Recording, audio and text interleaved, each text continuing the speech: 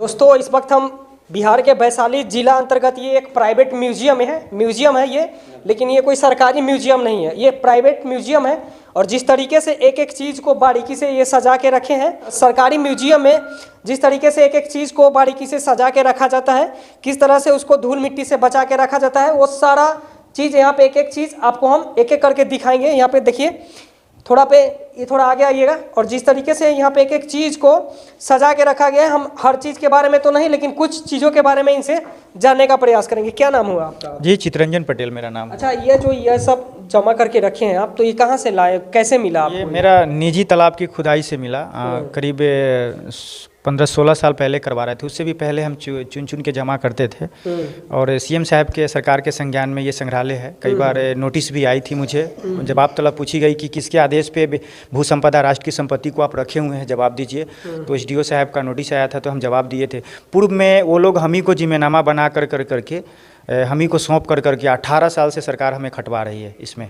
और ये संग्रहालय मेरी बहन के त्याग पे बना है। बहन मेरा बोली कि सरकार मदद नहीं करेगा, पदाधिकारी नहीं करेगा, भैया मेरे मैरिज के लिए जो पैसा रखा हुआ है ना, क्योंकि ये वैशाली की धरोहर राष्ट्र की संपत्ति है, आप मेरा शादी 2 साल बाद भी कर दीजिएगा, लेकिन पहले संग्रहालय को सहेजिए, पहले पुरातात्विक अवशेष को संरक्षित कीजिए, उसके बाद कोई चीज़ करना है। एक एक सामान को चुन के हम लाते थे, बहन धोती थी, उसको रखती थी, माँ मेरी साफ़ सफाई करती है, और किसी तरह से पूरा परिवार मिल करके इसको रन कर रहे हैं। लोग आते हैं डेली देखने। ये क्या है? ये आपका ये बताया जा रहा है, वैज्ञानिक लोग बोले हैं कि ये आपका कुषाण काल का ये अवशेष है।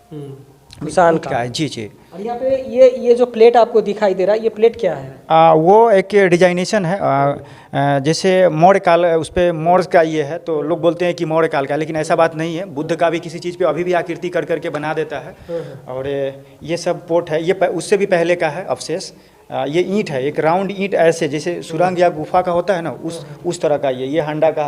ये ब्रिटिश कालीन ईंट है। देखिए, इसमें जॉर्ज 5 किंग एम्पायर का इस पर स्टैचू है।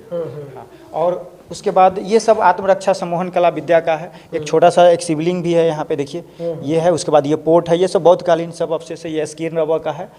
और ये जो बुद्ध का एक आसन होता है, उसमें सिर्फ हैंड और नीचे का आया है, ये मूर्ति का ऊपर का मुझे नहीं मिला है।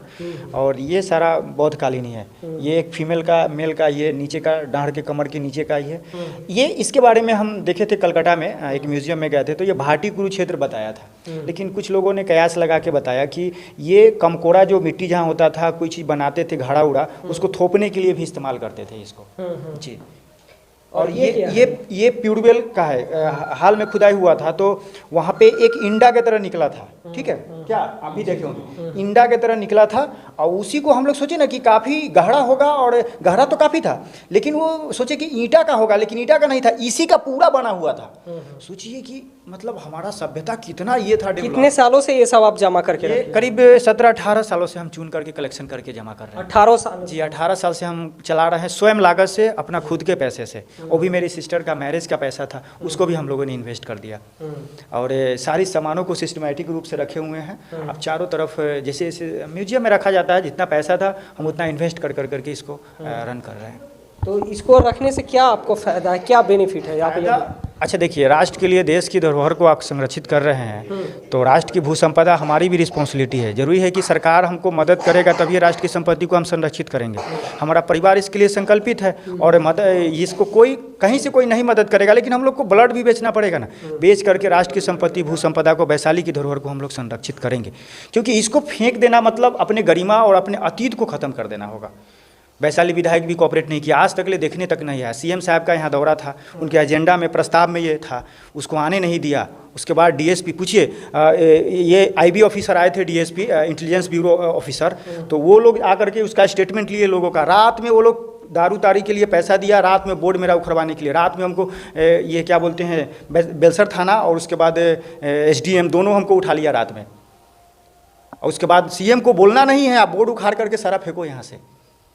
ये सारा इशारा वैशाली विधायक और उसके अध्यक्ष के इशारे पे सारा सब कुछ हुआ था। मेरा 18 साल का होना था। चलिए, इधर भी बहुत कुछ है, हम आपको एक एक करके दिखाते हैं।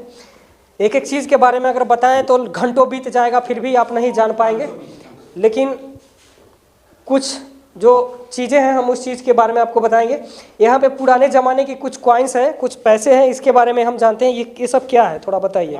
ये कुषाण काल का है, मिट्टी का है कुछ, और पाषाण काल का भी है, पत्थर का भी है, और उसमें एक नाक में भी, कान में भी पहनने वाला है। उसका कार्बन डेटिंग नहीं हुई है। इसको लोग बुद्धा लाफिंग बोलता है, ये बौद्धकालीन इसको बता रहे हैं लोग। और उसमें जो शिवलिंग जो निकला था ना, उसके नीचे में यही प्लेट था, ये तो टूट गई थी, तो ये हमारे म्यूजियम के लिए काफ़ी इंपॉर्टेंट है। इसको इसमें रख दिए थे। ये स्टोन है, स्टोन का बर्तन है। कुदारी जब इसका लगा था, नहीं चलाया था, तो ये टूट गया था। ब्रिटिश कालीन पायल भी है यहाँ पे। तो ऐसे बहुत सारी अवशेष है, इधर भी है बहुत सारा आर्कियोलॉजिकल। चलिए, बाकी आप लोग क्या सोचते हैं इस म्यूजियम के बारे में, अपनी राय को कमेंट सेक्शन में आके जरूर दीजिएगा। जय हिंद, जय भारत।